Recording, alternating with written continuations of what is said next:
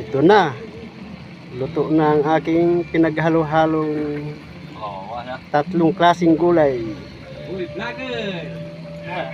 na talong, sigarilyas at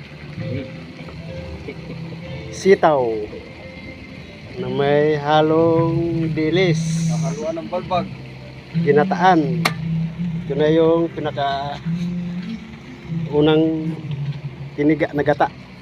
Ilalagay ko na kasi luto na yan. Pasasarapin na natin yan. Yun o.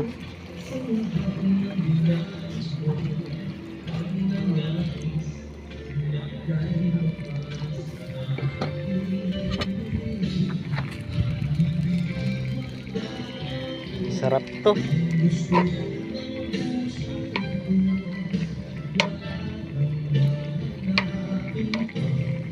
Kunting kulo na lang.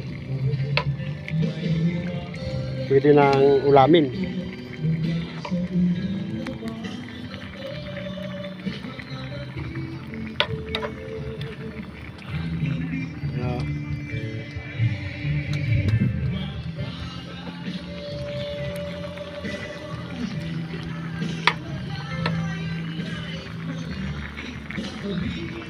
Masipag lang dito maggulay dito sa Guam. Marami din dito mga gulay-gulay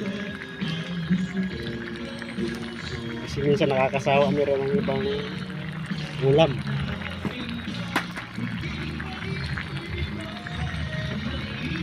Nakakasawa meron ng baboy, manok, isda sa araw-araw na inuulam. Kaya minsan-minsan magkusa din tayo na magluto ng sariling pagluluto para matikman naman ang sariling panlasa sa pagtitimpla. Yan o, sarap na yan, luto na yan o. Laki ata. Luto na. Nalabak sa pamutiba. Yan ang buhay dito sa Guam. Ganito lang kapag walang pasok.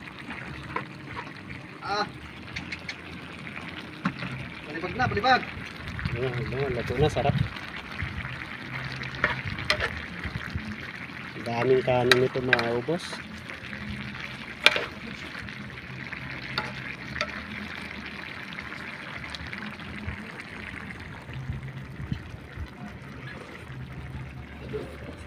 Sarap.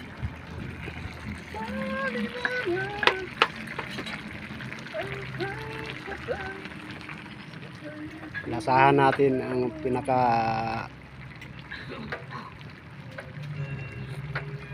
pinakalas na timpla.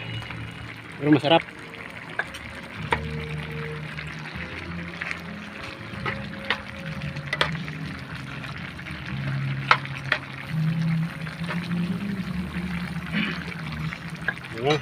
Yan na.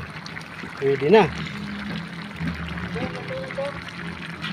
Yan na. Hoy. Ano? Pa. Yan ka lang kung kaya mo. Kakain na tayo. Mga manonood. Papatayin ko na. Bye-bye. Hindi ko pa nakita eh. Hindi ka man, punta ka doon, bago kami